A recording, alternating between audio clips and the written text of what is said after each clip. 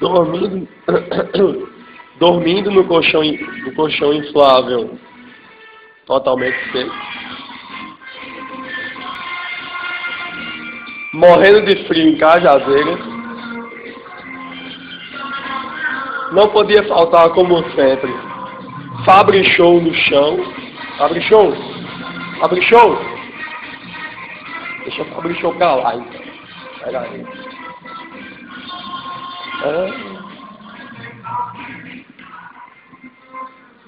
Camisa ensanguentada. Vômito na pia.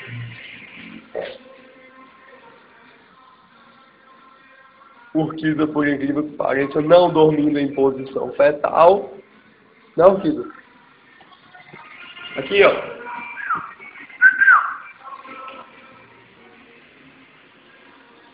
Zé Diego e Bill quase de coxinha. Ei, Zé, dá um oi aqui.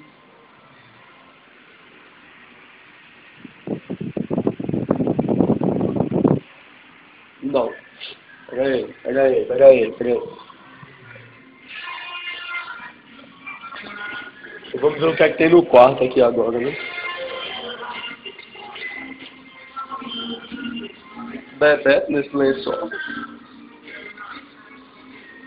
Olha o cara do pau.